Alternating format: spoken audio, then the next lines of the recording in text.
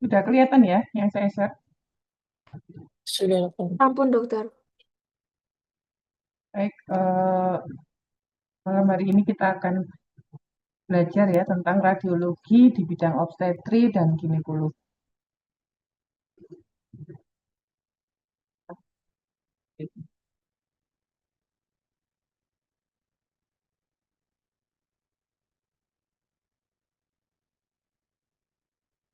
Jadi ada beberapa teknik imaging ya. Teknik imaging itu maksudnya ada beberapa macam pemeriksaan radiologi ya yang digunakan di bidang obstetri dan ginekologi. Yang pertama adalah konvensional radiografi. Yang dimaksud konvensional radiografi itu apa? Yaitu foto polos ya, foto polos kayak foto foto abdomen berarti ya kalau di bidang obstetri dan ginekologi atau disebut juga foto BNO, BNO atau BOF atau foto abdomen itu termasuk konvensional radiologi. Yang paling sering dipakai adalah USG ya. USG ini paling paling umum dan paling sering dipakai. Dia nggak pakai radiasi, kemudian harganya nggak terlalu mahal ya, tidak invasif, nggak ada kontraindikasi khusus ya untuk USG ini selama pasiennya masih kooperatif, nggak ada luka yang cukup besar di kulitnya itu bisa dilakukan USG. Jadi kontraindikasinya. Kemudian ada juga pemeriksaan lain yang invasif ya. Invasif itu contohnya adalah HSG, hysterosalpingografi atau HSG ya.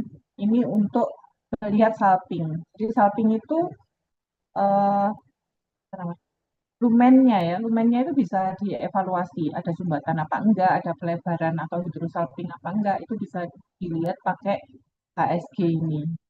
Atau kepanjangannya hysterosalpingografi. Jadi pemeriksaan untuk melihat salping ya. Kemudian ada juga CT scan. Kalau CT scan ini biasanya untuk kelainan ini sih kelainan ginekologi biasanya ya, nggak dipakai untuk obstetri karena CT scan ini pakai radiasi yang cukup tinggi dan radiasi itu invasif ya terhadap janin. Nah, janin itu apa? eh, Kalau kena ionisasi bisa merubah merubah struktur sel yang di kemudian hari bisa menyebabkan kelainan kayak gitu ya, bisa keganasan atau kelainan kongenital. Ada juga MRI ya. MRI ini nggak pakai radiasi tapi pakai medan magnet. Ini juga bisa digunakan untuk obstetri maupun ginekologi. Kemudian kalau endoskopi ini dilakukan oleh dokter Objin ya.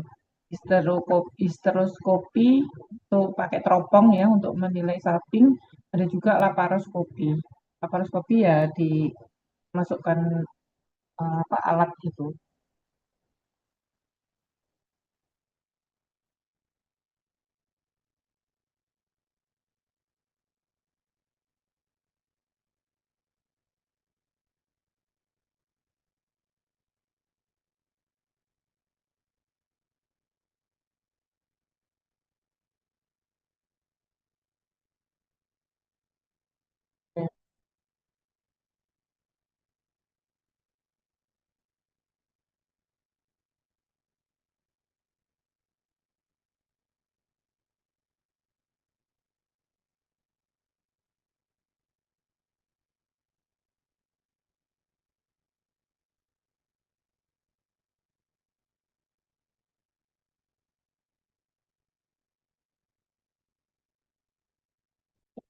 Nah, ini untuk USG ya, pada kehamilan awal atau kehamilan trimester 1 ya, kehamilan dini, itu fungsinya apa? USG itu yaitu pasien di USG untuk mengetahui hamil atau tidak.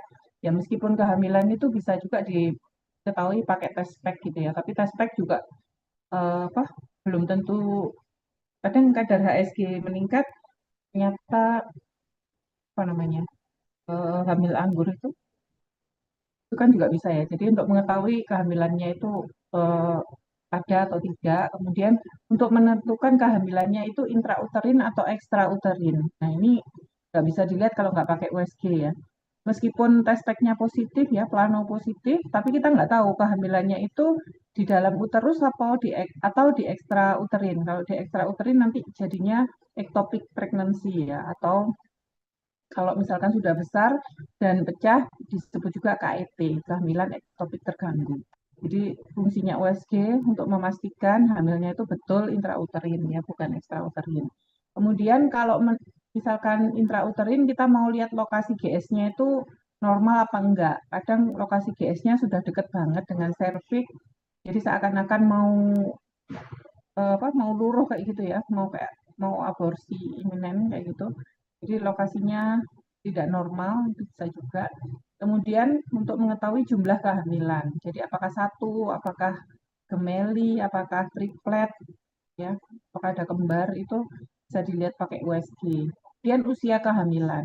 Karena kita bertanya kenapa kenapa kok usia kehamilan diperiksa pakai apa USG kan bisa pakai HPHT gitu ya. Kalau pakai HPHT memang betul bisa untuk melihat usia kehamilan, cuma pada beberapa pasien itu ada juga yang tidak tahu hari pertama mens terakhirnya. Jadi kalau nggak tahu hari pertama mens terakhirnya, bisa dibantu pakai USG, kita bisa tentukan berapa minggu usia kehamilannya. Ya. Atau untuk melihat kelainan kehamilan yang lain. Ini pemeriksaan USG obstetri itu bisa dua cara ya, dengan transvaginal dan transabdominal. Kalau transvaginal itu pakai apa? Probe yang bentuknya kayak apa yang dimasukkan intravagina itu ya. Dan kalau transabdominal ya pakai curve yang linier. Untuk transvaginal ini lebih superior ya untuk kehamilan awal karena dia langsung probe-nya itu langsung dimasukkan vagina jadi langsung dekat dengan serviks, maka pada kehamilan yang sangat awal yang kadang dengan transabdominal belum kelihatan itu sudah lebih kelihatan dengan transvaginal ini. Kalau USG transabdominal itu ada syaratnya yaitu kantong kemihnya atau buli-bulinya itu harus penuh. Kenapa harus penuh ya supaya uterusnya itu terdorong ke atas gitu ya. Karena kalau bulinya kosong, uterusnya di pelvis bawah banget gitu, itu sulit untuk dilakukan USG. Jadi kalau buli-bulinya penuh, itu selain sebagai window, bisa juga untuk supaya uterusnya agak keangkat ke atas. Gitu. Ini contoh USG. Ini saking diperbesarnya ya, jadi uterusnya nggak kelihatan, cuma kelihatan GS-nya aja. Jadi kalau ada gambar GS itu syaratnya harus ada dua lapisan cincin ekogenik atau disebut double decidual sign. Jadi ini intrauterus ya, intrauterus ada GS-nya. GS itu kapan kita bilang GS atau itu hanya fluid collection atau kista-kista biasa. Kalau GS itu pasti ada double decidual sign. Jadi ada eh, yang di dalam ini, ada cincin di dalam ini, kemudian ada juga cincin yang di luarnya ini. Jadi double double decidual sign-nya. Oh, double decidual sign itu sebenarnya apa yang membentuk ya? Ini mestinya udah belajar ya tentang proses bagaimana terjadi pertemuan ovum dan sperma sampai implantasi ya, sampai terbentuk embrio, zigot. Seperti itu. Jadi ada Decidua vera dan Decidua basalis yang bikin double decidual sign. Jadi ada dua cincin ini, cincin apa yang mengelilingi DS.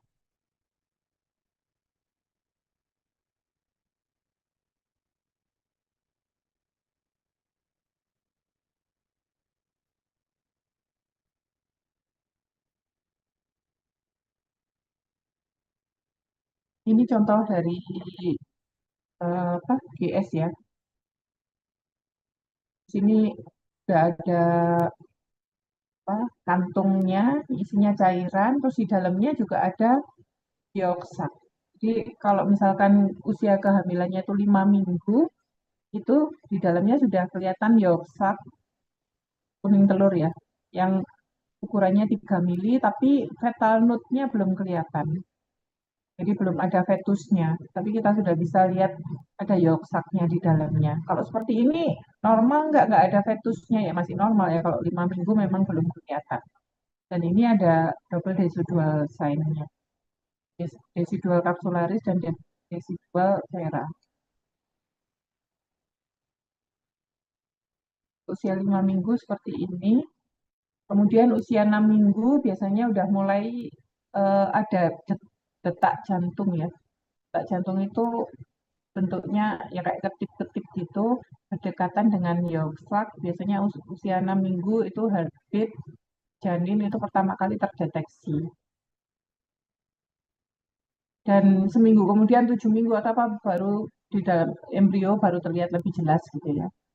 Untuk heart rate normal, kalau usia kehamilannya itu masih kurang dari 6 minggu, 100 kali per menit. Ya. Kalau 6 sampai 7 minggu itu 120 kali. Jadi cepat banget ya. Heart rate-nya nggak sama kayak heart rate bayi atau heart rate, apalagi heart rate dewasa ya. Dengan USG kita bisa ukur heart rate-nya ini ya. Tinggal kita klik di tempat yang kedip-kedip itu nanti kita pencet heart rate itu nanti keluar heart rate-nya berapa kali per menit. Jadi nggak perlu ngitung. Itu sudah apa, bisa terdeteksi dari USG. Ini contoh GS yang sudah ada fetal pool-nya ya. Ini 6 minggu 5 hari ya sudah kelihatan fetal pool-nya seperti ini, fetusnya di dalam GS. Dan kalau ini 9 minggu sudah kelihatan lebih jelas ya. Apa lebih jelas fetusnya, bahkan ekstremitasnya juga udah kayak kelihatan gitu, tangan sama kakinya. Kemudian untuk akhir trimester 1, struktur apa aja yang bisa diidentifikasi dari USG ya. Jantung itu bisa kita lihat sudah 4 ruang ya. Di akhir trimester 1 berarti 12 minggu kan ya, atau 3 bulan. Kita udah bisa lihat jantungnya itu ada atrium dan ventricle yang 4 ruang gitu. Kemudian kita bisa lihat cluster ya, vesika urinaria, ekstremitasnya juga udah kelihatan, wajahnya, skeleton. Nah, ini contoh di akhir trimester 1. Ini mukanya ya kelihatan kan. Terus kemudian ekstremitasnya bisa kita lihat jari-jarinya. Biasanya apa orang tuanya nanya kan jarinya lengkap apa enggak gitu ya. Jadi dihitung. Karena mesti yang ditanyakan itu. Kalau apa periksa kehamilan, padahal kan banyak kelainan kongenital yang lebih serem ya daripada sekedar jari kurang atau jari gandeng. Tapi pasti yang ditanyakan jarinya lengkap apa enggak. Jadi ini di akhir trimester 1 kita udah bisa hitung jari-jari tangan. Kalau kaki agak sulit ya, karena ya saling berdekatan kan, palangnya kan kecil. Ini mukanya juga kelihatan mata, hidung ya, mulut. Meskipun ya nggak jelas, kecuali kalau di 4D, USG 4D baru kelihatan. Dan kalau akhir trimester 1 di 4D serem ya. Ini kan apa eh kayak kalau trimester 1 masih kayak orang tua gitu ya mukanya ya, kayak alien. Jadi kalau misalkan mau 4D disarankannya di setelah 28 minggu, jangan di awal-awal semester. Kemudian ini otak ya, ini otak kelihatan ventrikelnya, kemudian ini jantung, ya jantungnya juga kelihatan atrium dan ventrikel. Kita bisa lihat defek sebenarnya. Tapi kalau defek minor ya nggak kelihatan ya, kayak yang bisa kelihatan adalah defek. Kemudian untuk usia kehamilan 10 minggu, kita sebutnya itu adalah sebagai embrio. Jadi kalau misalkan dari 6 minggu sampai 10 minggu, kalau di dalam GS itu ada sesuatu ya di dalamnya itu namanya embrio. Tapi kalau sudah di atas 10 minggu itu namanya janin atau fetus. Kemudian bila pada pemeriksaan USG itu belum kelihatan fetal pool pada saat diameter GS-nya, kita pakai diameter GS ya untuk menentukan lactate ovum apa enggak. Jadi kalau misalkan sampai usia 10 minggu belum kelihatan GS, itu bisa kita bilang sebagai lactate ovum. Di sini nanti ada syarat.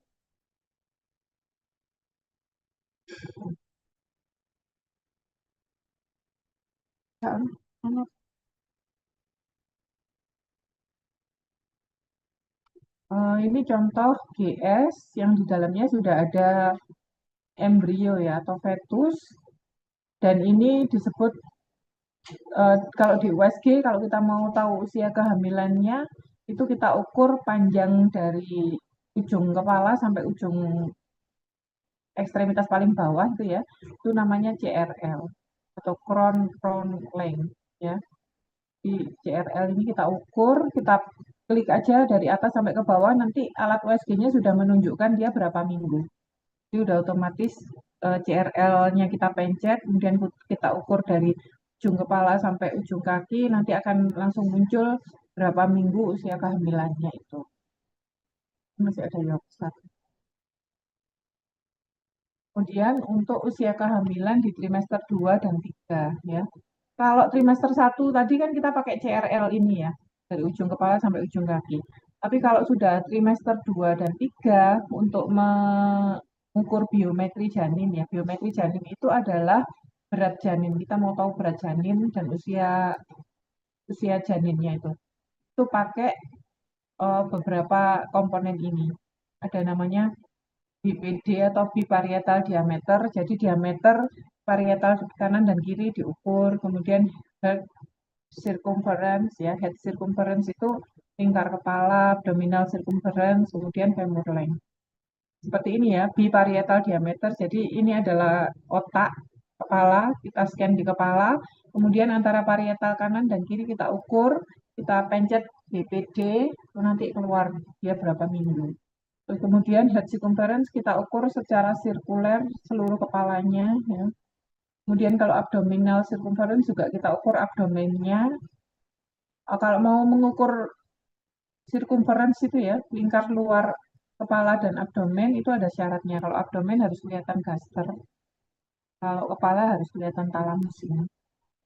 Kemudian femur length, ya femur dari atas sampai bawah kita ukur. Kalau 4 macam komponen ini kita sudah ukur, nanti akan di alat itu akan muncul berat janinnya. Jadi janinnya itu beratnya berapa, kemudian apa berat janinnya dan usia kehamilan.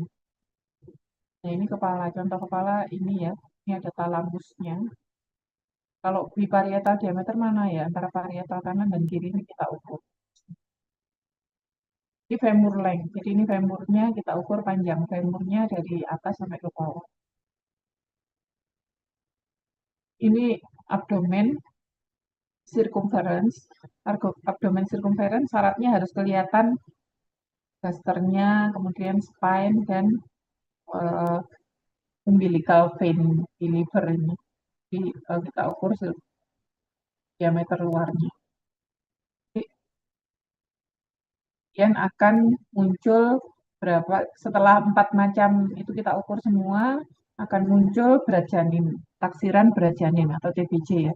Taksiran berat janin, taksiran usia kehamilan, kemudian di alat itu juga muncul EDD, estimate date eh, estimasi kelahiran janinnya kapan ya, di situ akan muncul.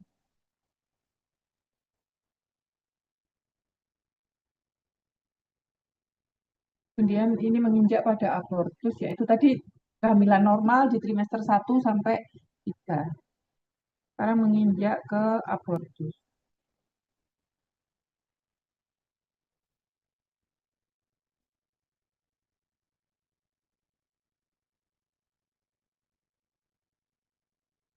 Untuk abortus ada yang komplit, ada yang incomplete ya. Kalau komplit, abortusnya komplit ya, pasien datang dengan kehamilan udah telat berapa minggu, 6 minggu apa 8 minggu terserah itu anunya ya. Kemudian kalau misalkan kita USG kok uterusnya udah kosong, hanya terlihat penebalan endometrial line ya yang tidak terlalu tebal itu komplit, berarti GS-nya udah nggak ada.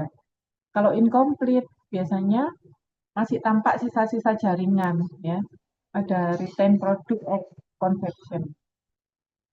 Ya, ini contoh kehamilan abortus yang komplit ya. Ini vesika urinaria, kemudian ini uterusnya hanya tersisa endometrial line yang tipis. Ini termasuk. Jadi ini komplit abortion. Kalau komplit abortion nggak perlu dikuret ya. Berarti udah keluar semua sisa jarinannya. Tapi kalau ini abortus yang incomplete, jadi masih tebal endometrial lainnya, masih seperti ini ya, kadang masih ada GS-nya yang udah nggak berbentuk GS, atau masih ada jaringan hiperekoik, atau ada fluid collection di dalamnya, itu biasanya harus kayak dipuret atau perlu diberi obat lagi supaya komplit. Karena kalau nggak komplit nanti akan terjadi perdarahan terus menerus.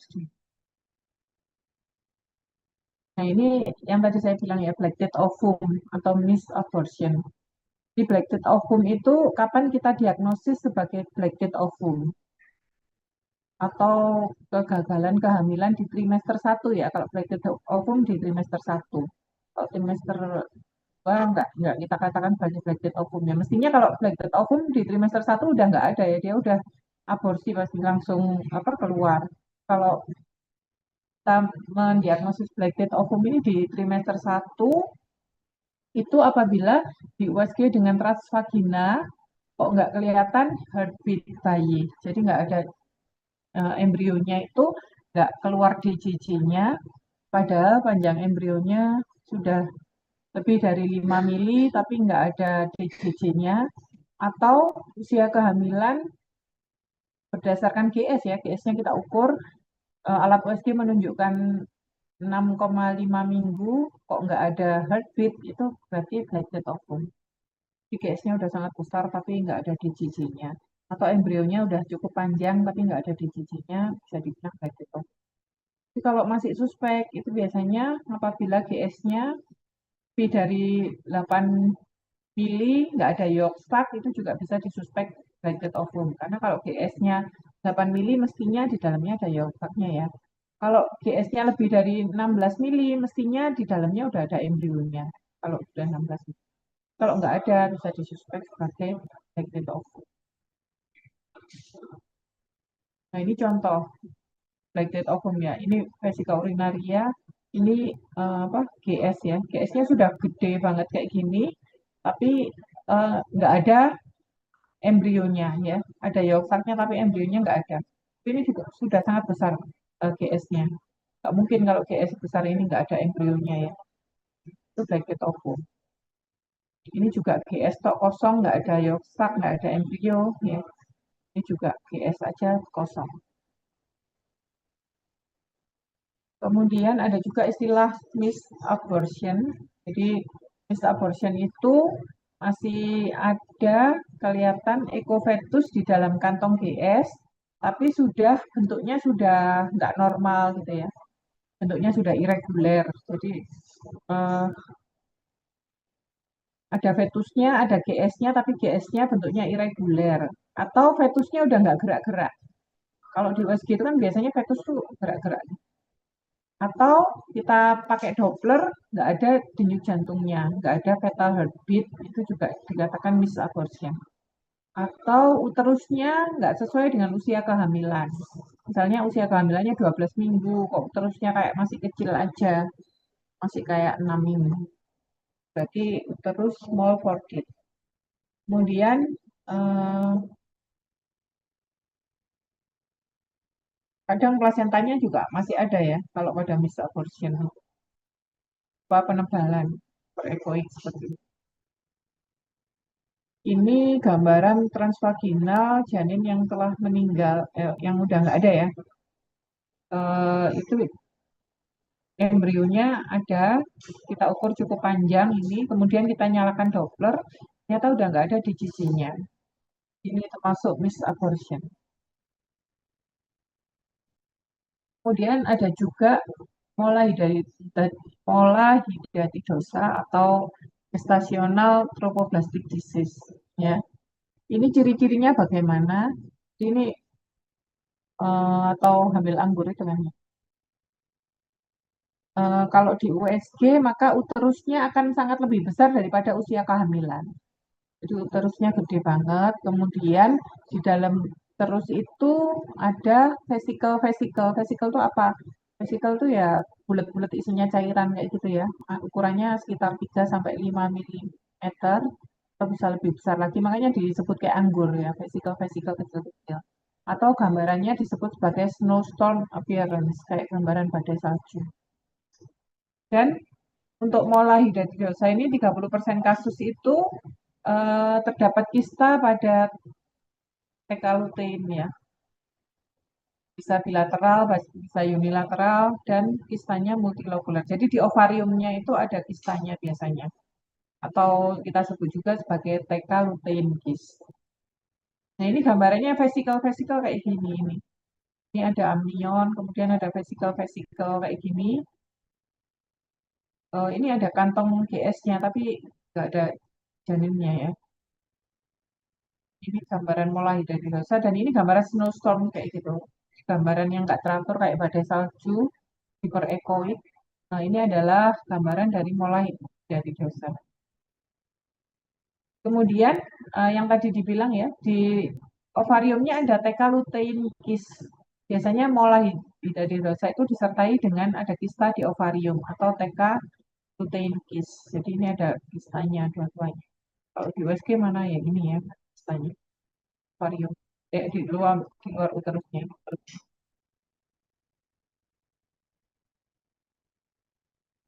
Itu tentang obstetri atau kehamilan ya. Kehamilan nggak harus ada bayinya ya. Kehamilan bisa juga aborsi, bisa juga kehamilan itu tadi apa? Blackhead ovum, bisa juga mulai dari dosa. Kemudian kelainan ginekologi ya. Sekarang kelainan ginekologi.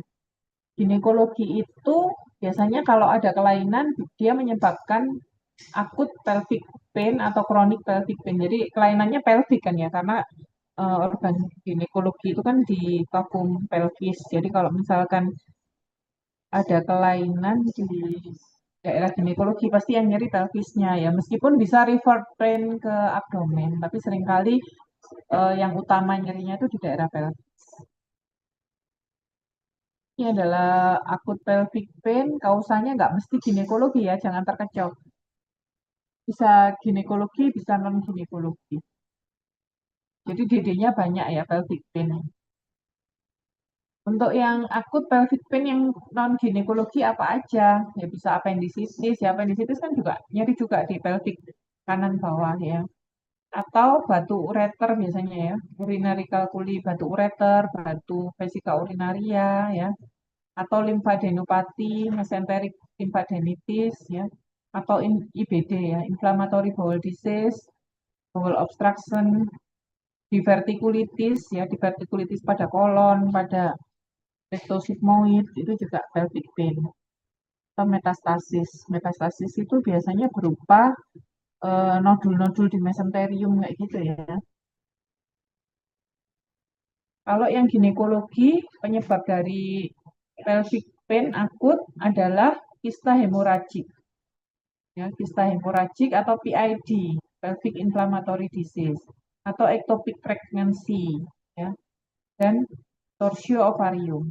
Jadi kalau yang akut dan yang mengancam nyawa apa ya ectopic pregnancy ini, kemudian torsio ovarium ya, kista hemoragik yang pecah itu bisa menyebabkan apa ya apa gawat darurat ya, kondisi gawat darurat. Kemudian yang jarang ya, akut pelvic pain yang jarang adalah mioma. Mioma sih nggak bikin nyeri ya. Di ovarium juga nggak bikin nyeri yang akut ya. Kalau endometriosis nyerinya pas menstruasi kan biasanya. Jadi jarang bikin nyeri yang banget-banget sih. Tapi kalau pas menstruasi endometriosis ini ya bikin nyeri banget. Dismenor yang sangat. Ini contoh kista ya. Kista di ovarium.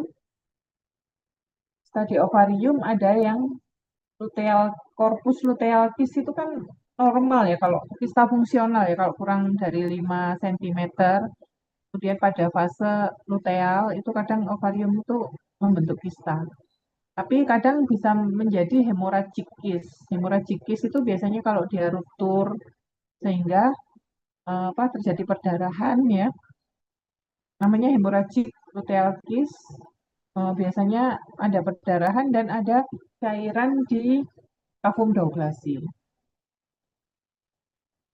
Kalau corpus luteum ya ada kista, kemudian ada cairan bebas di kavum doublasi, pasiennya nyeri banget, kita bisa curiga kista lutealis hemoragik.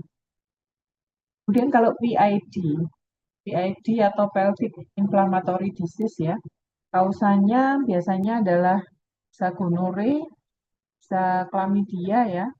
Asal mulanya ya infeksi dari penyakit menular seksual kan ya, dari vagina, vaginitis, kemudian ke cervicitis, endometritis, sampai salpingitis, kemudian oovoritis. Kalau sudah berlanjut, sudah berat, bisa menyebabkan tubuh ovarial abses. Jadi ada abses di tuba dan di ovarium.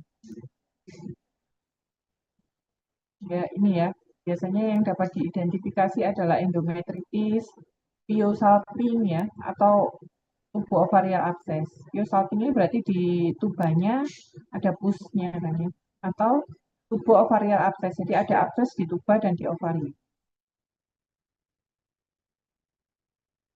Ini contoh perempuan 17 tahun dengan panas tinggi dan nyeri di lower quadrant, jadi di daerah kavum pelvis.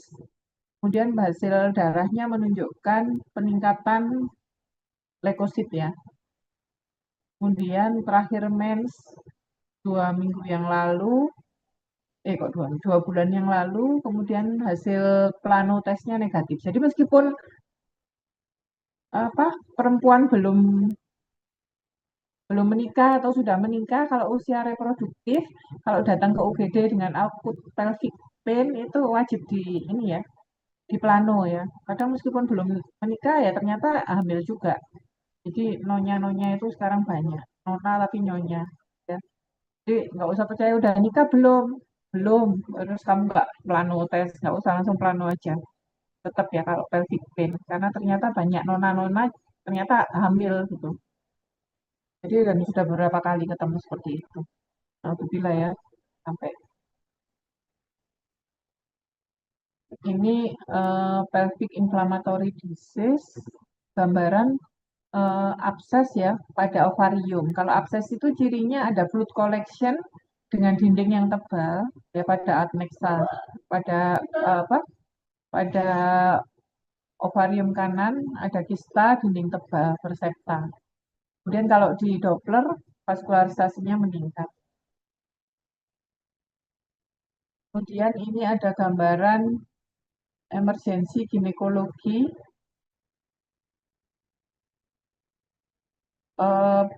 ini anu ya apa? Pelvic pain at causa ectopic pregnancy. Jadi ruptur dari kehamilan ektopik. Ini bisa menyebabkan kematian ya. Ibunya bisa shock hemoragik kalau nggak segera ditangani. Jadi jangan sampai delay diagnosis untuk ectopic pregnancy.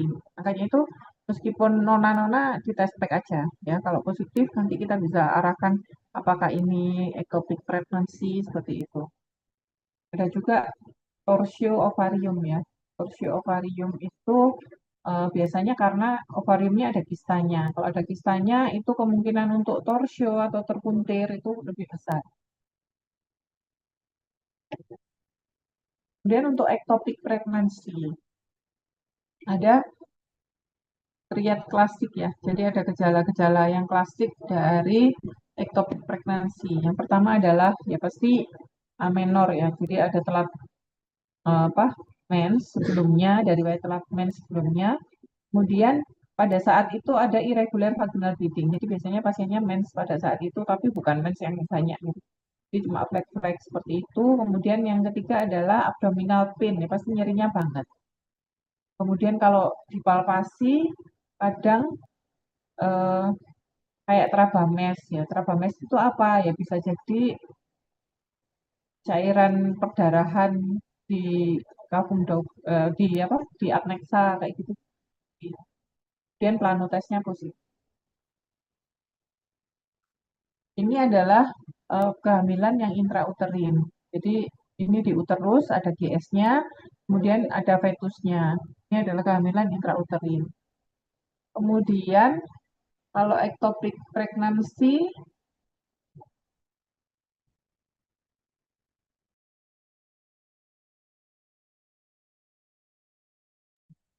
Kalau ectopic pregnancy itu GS-nya nggak di intrauterin ya, tapi di extrauterin. Dan kadang masih ada fetus dan DJJ-nya masih positif ya kadang ya.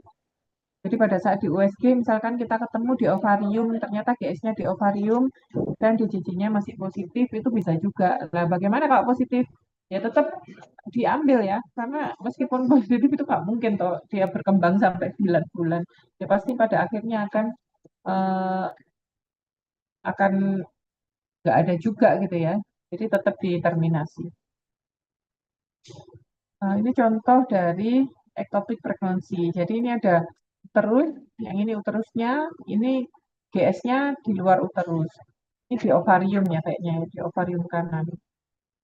Dan ini ada fetal pool-nya juga, ada fetusnya. Jadi meskipun di luar uterus, dia tetap ada GS-nya dan tetap ada DJJ-nya.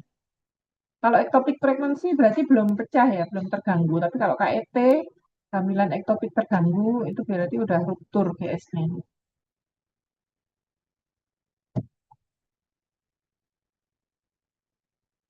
Oh,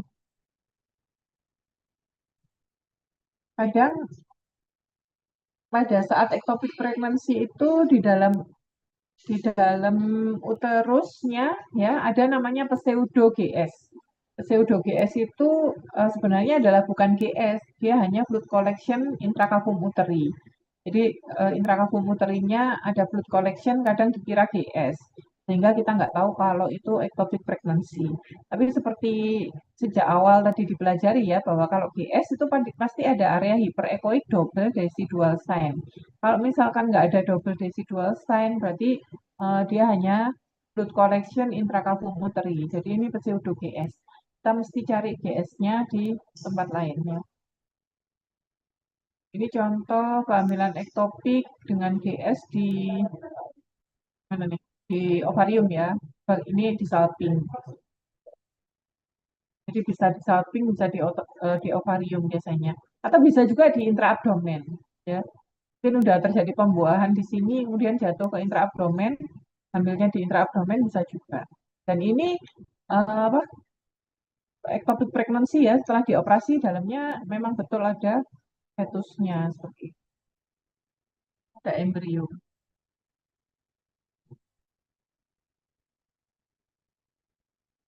Ini juga ectopic pregnancy di dalam ovarium ini ya. Dan kalau pecah, ini bisa menyebabkan perdarahan yang hebat. Jadi pasiennya bisa shock hemoragik pada pasien ectopic pregnancy yang ruptur. Kemudian torsio ovarium. Torsio ovarium itu terpuntir berarti ya. Itu biasanya ditandai dengan nyeri yang hebat pada kavum pelvis unilateral. Bisa kanan, bisa kiri. Baik ovarium more commonly ya. Jadi lebih sering kanan daripada kiri. Kenapa? Nggak tahu juga ya. Kemudian biasanya saking nyerinya diikuti dengan muntah, mual ya. Jalannya hampir sama dengan appendicitis atau ileus obstruktif. Ini contoh dari ovarium yang torsio. Ini merupakan 3% dari emergensi di ginekologi. Kenapa emergensi ya? Karena kalau terpuntir nanti bisa nekrosis kan nggak ada aliran darah ke sini, ovariumnya nekrosis, maka harus diambil pasiennya akan kehilangan satu ovarium. Biasanya sih kalau ovariumnya normal nggak ada kistanya jarang sekali terpuntir ya, hampir-hampir nggak ada lah. Tapi kalau di situ ada kista ovariumnya, nah itu yang bikin faktor predisposisi menjadi lebih sering terpuntir ya. Kalau ada kistanya gerak-gerak apa aktivitas atau apa, kistanya bergerak naik turun, lama-lama bisa kepuntir juga. Dan 20% pasien itu juga didiagnosis pada saat dia hamil. Nah, ini agak repot ya. Dia hamil kemudian ovariumnya terbunuh.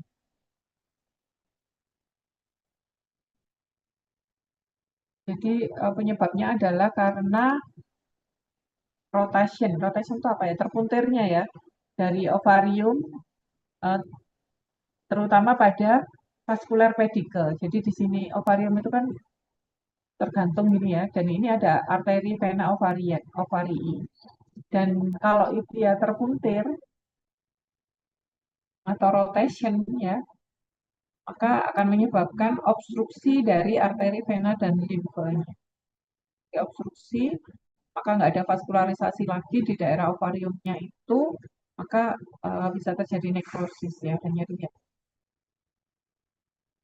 Ini adalah kondisi akut yang butuh segera tindakan pembedahan untuk menyelamatkan ovariumnya. Sama kayak torsiotestis. Kemudian gambaran radiologi dari torsiovarium itu tergantung dari seberapa banyak apa puterannya itu ya. Jadi eh, ada yang komplit ya, terputer komplit, ada yang inkomplit. Komplit itu berarti nggak semuanya kepuntir. Ini bisa apa? Biasanya paling sering karena adanya kista ovarium. Nah, ini contoh dari kista ovarium. Ini yang terpuntir, arteri venanya terpuntir ya, twisted. Biasanya kistanya ini kan gerak-gerak naik turun lama-lama. Dan kalau di USG, di Doppler itu nggak ada vaskularisasinya ya, di daerah ovariumnya ini. Ini gambaran dari USG bagian vaskuler yang terpuntir itu atau twisted tadi. Dan kalau di Doppler nggak ada vaskularisasinya. Ini foto BNO ya, penggunaan foto BNO itu sebaiknya apa? Pada apa ya? Sebaiknya tidak dilakukan pada pasien yang hamil ya. Apabila terpaksa maksimal 1 kali dalam kehamilan. Kalau janinnya sudah meninggal, boleh nggak di foto BNO ya? Boleh aja sih. Kalau janinnya masih hidup, lebih baik USG aja. Ini contoh tanda janin mati pada foto BNO. Yaitu Horner-Spalding sign ya. Angulasi Horner-Spalding sign, kemudian angulasi fetal spine. Angulasi fetal spine ini spine atau tulang belakang dari fetusnya itu melengkung banget ya. Tulangnya nggak beraturan ya. Kemudian di sekitar kepalanya ada halo sign. Ada gambarnya enggak? Oh, ini ya, janinnya udah meninggal. Eh, Biasanya janinnya jadi melengkung banget. Kemudian tulang kepalanya ini overlapping atau Horner Spalding sign tadi. Ya. Ini jarang juga sih di foto BNO. Biasanya kalau sudah meninggal kan kita bisa ketahuan lewat hasil USG ya. USG kok nggak ada DJJ-nya ya pasti udah meninggal. Ini indikasi dari foto BNO pada kelainan obstetri, yaitu untuk mengetahui kehamilan abdominal ya. Kalau kehamilan abdominal nggak apa-apa sih difoto, kan pasti janinnya harus diterminasi ya. Gambarannya menjadi bayangan udara ususnya menjadi overlapping dengan janinnya. Kemudian bayangan fetusnya terlihat lebih jelas ya daripada di intrauterus.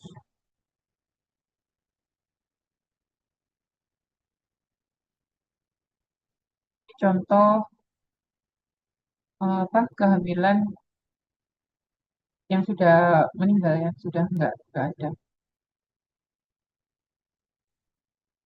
Ada halosign. Halosign itu gambaran lusen di sekitar kepalanya pada janin yang sudah meninggal.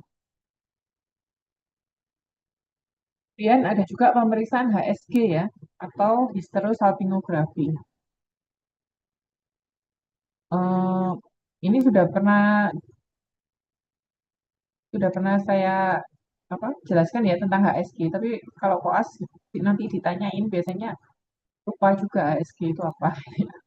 Jadi HSG itu kepanjangannya adalah hysterosalpingografi. Itu indikasinya apa? Tak, gambarnya dulu ya. Ini HSG ya. HSG itu, nah ini kita mau lihat uterus dan melihat salping. Jadi kita masukkan kontras melalui orifisium uteri externum, jadi kontrasnya masuk ke kavum uteri, kemudian mengisi ke tuba ovarium sampai dia keluar melalui fimbriae. Itu HSG itu seperti ini gambarnya. Kita balik kalau biar ada gambaran. Jadi HSG itu dilakukan indikasinya apa? Yaitu pada pasien yang infertil, nggak punya anak sampai 3 tahun, 4 tahun, 10 tahun ya, itu perlu di HSG. Kita butuh tahu apakah tubanya itu paten apa enggak, jadi buntu apa enggak gitu ya. Atau eh, perdarahan berulang ya, mens enggak jelas teratur. Atau post rekanalisasi. Post rekanalisasi ini maksudnya adalah sudah pernah dilebarkan tubanya itu loh. Kita mau lihat tubanya masih paten apa enggak. Atau untuk melihat translokasi IUD. Jadi kalau kita kasih kontras di dalam kavum uteri, misalkan IUD-nya di luar uterus kan kelihatan ya dia kalau translokasi. Kemudian kontraindikasinya apa ya? Kalau hamil nggak boleh ya karena HSG ini pakai sinar X-ray atau perdarahan profus per vaginam. Jadi kalau ada perdarahan yang banyak per vagina itu juga kontraindikasi.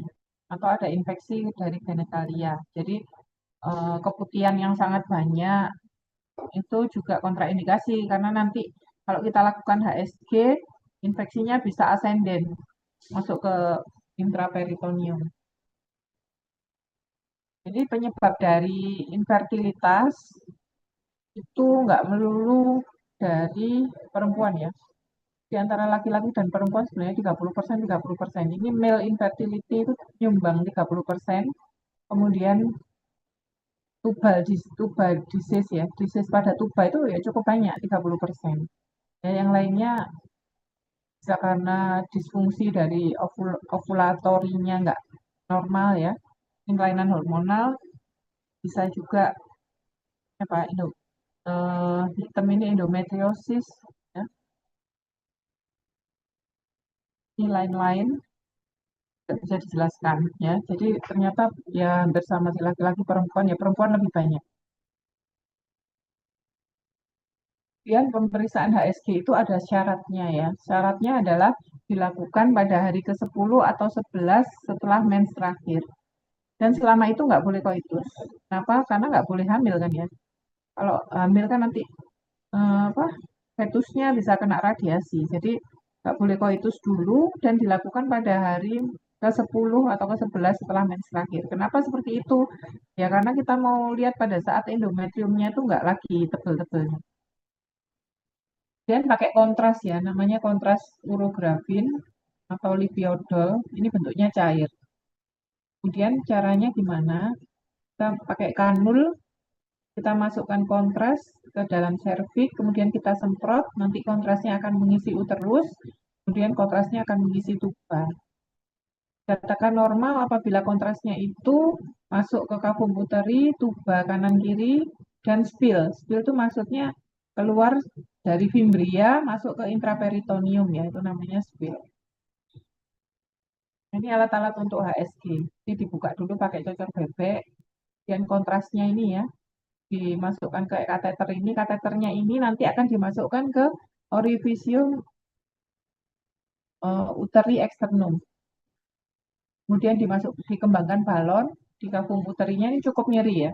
Pada saat balon dikembangkan biasanya pasiennya sakit. Itu yang enggak yang sakit-sakit banget. Terus kemudian disemprotkan eh, kontrasnya. Nanti gambarannya seperti ini. Kontras masuk ke serviks, masuk ke ini awal ya. Sebelumnya dilihat dulu posisinya benar apa enggak. Ini kita lihat cocor bebeknya tadi ya. Kelihatan cocor bebeknya. Kemudian setelah disemprot nanti mengisi uterus dan tuba. Semakin lama tubanya akan keisi, nanti harusnya sih spill. Spill itu masuk ke ini intraperitoneum.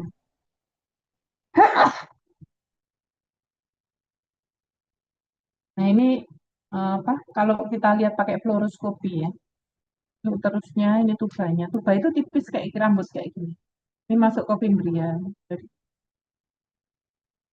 Nah ini yang dikatakan spill itu ini kontrasnya masuk ke intraperitoneum.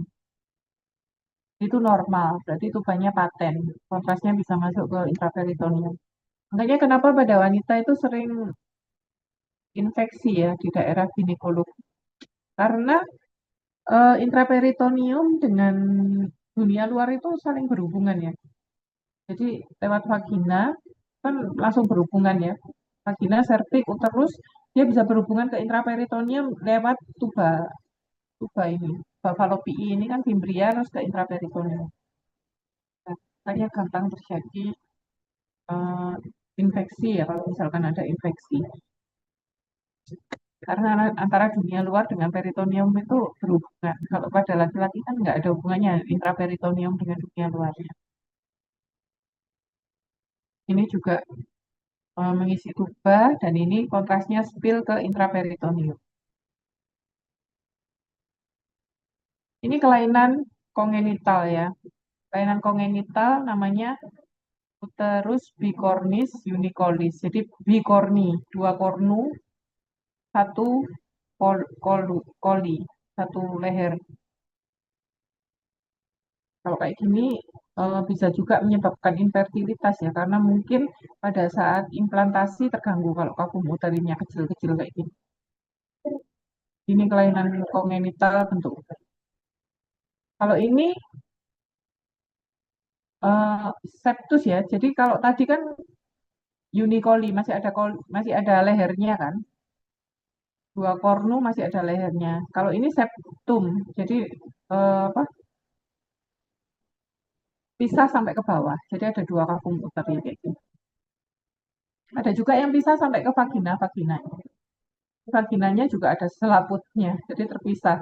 Ini sampai dikasih dua sonde ya, ke kafum uteri kanan dan kafum uteri kiri. Ini namanya uterus di delvis. Kalau di delvis itu benar-benar bisa sampai ke vagina.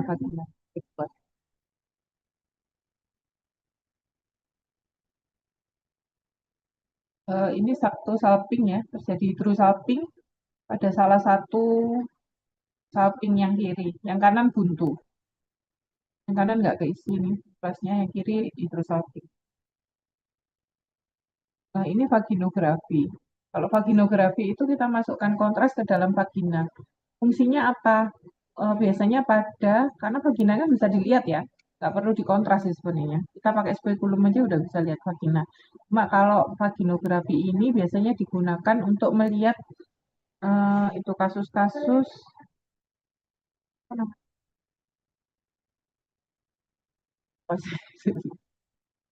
Nah, ini fistula ya, ada fistula. Jadi ada fistulasi, misalkan pada saat berhubungan ada fesesnya gitu ya, atau ada serasa ada air kencing keluar dari vagina seperti itu. Biasanya karena fistel, ada fistulasi atau ada hubungan antara vagina dengan kolon atau rektum atau vagina dengan vesika urinaria. Biasanya penyebabnya apa? Ya karena infeksi membentuk trek hubungan gitu antara vagina dengan kolon, dengan rektum, ya, dengan vesika urinaria seperti itu. Kalau di vaginografi normalnya kan kayak gini nih ya. Kalau misalkan dia ada fistulasi, ternyata saat di vaginografi dia ada hubungannya dengan ilium, dengan sigmoid. Jadi kontrasnya masuk mengisi sigmoid, kontrasnya masuk mengisi ilium. Kemudian translokasi IUD. IUD itu ada macam-macam ya bentuknya ya, nggak mesti T kayak gini. Kita tahu T, ada juga yang spiral, tapi jarang sih yang sekarang ya.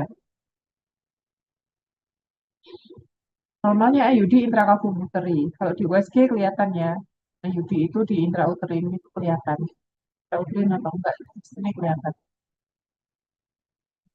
Kalau misalkan di USG nggak ada di intrauterin, kita foto aja BNU.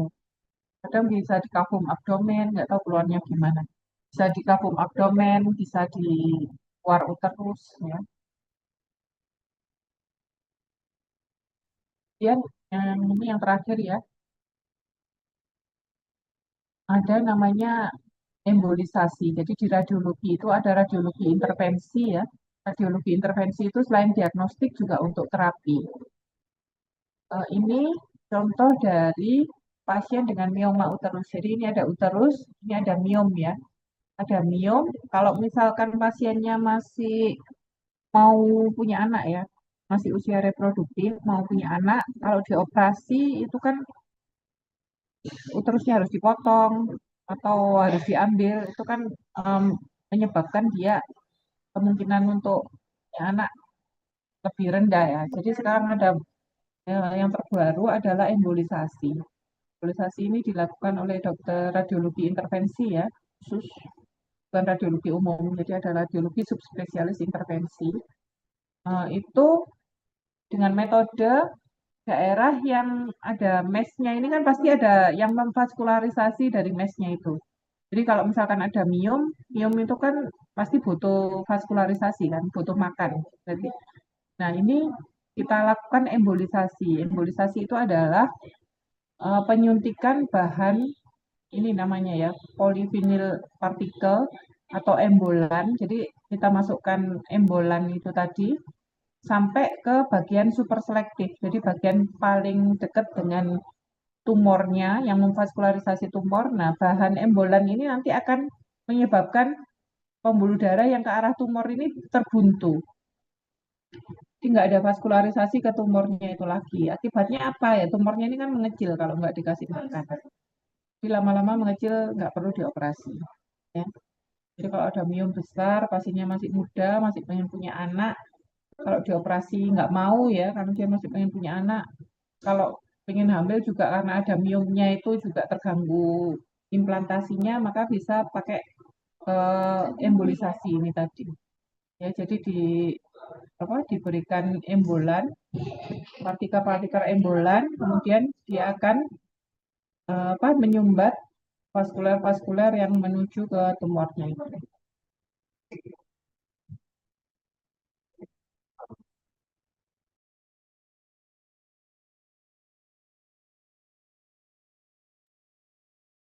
Terus ini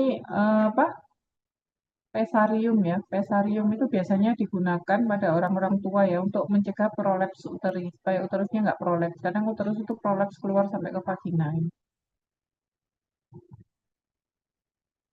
Ini pesarium kalau difoto seperti ini. Ini angiografi ya. Angiografi itu kita pakai kontras ke pembuluh darah. Kita mau melihat vaskularisasi dari fungsinya apa? Biasanya untuk melihat perdarahan, ada nggak perdarahan atau struktur dari pembuluh darah seperti itu. Ini CT scan, ya CT scan sangat lebih bagus dibandingkan USG atau foto polos ya untuk melihat tumor-tumor intraabdomen. Ini ada kista, ini uterusnya ya. Kita bisa lihat ukurannya, terus kemudian kira-kira ganas apa enggak. Ada bagian solidnya di dalamnya itu biasanya ganas. Ya. Ini MRI, MRI lebih bagus lagi sih untuk melihat ginekologi ya. Ovarium bahkan folikel-folikel ovariumnya bisa dilihat. Ini uterus. Ini MRI pada sistokel ya. Sistokel itu bladernya nonjol ke arah bawah ini. Prolaps. Jadi yang prolaps itu nggak cuma uterus saja, bladder juga bisa prolaps keluar.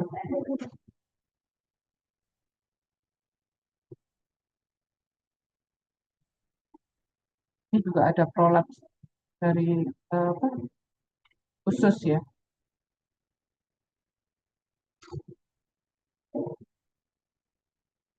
Prolaps uteri biasanya karena kelemahan dari ligamentum yang memegang uterus itu ya. Ligamentum apa ya? Uterus sacral. Biasanya ditandai dengan kayak ada mesh ya, ada benjolan di vagina. Dan kalau dilihat pakai imaging nanti kelihatan uterusnya itu prolaps turun ke vagina. Saya mau ditanyakan dulu,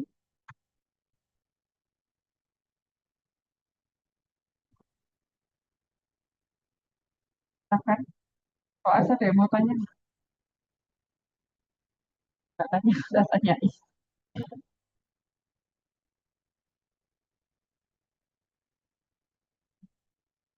Ya, wis, kalau nggak ada yang ditanyakan, saya rasa cukup ya untuk apa kuliah radiologi malam hari ini. Silakan dibaca-baca lagi PowerPoint-nya. Kalau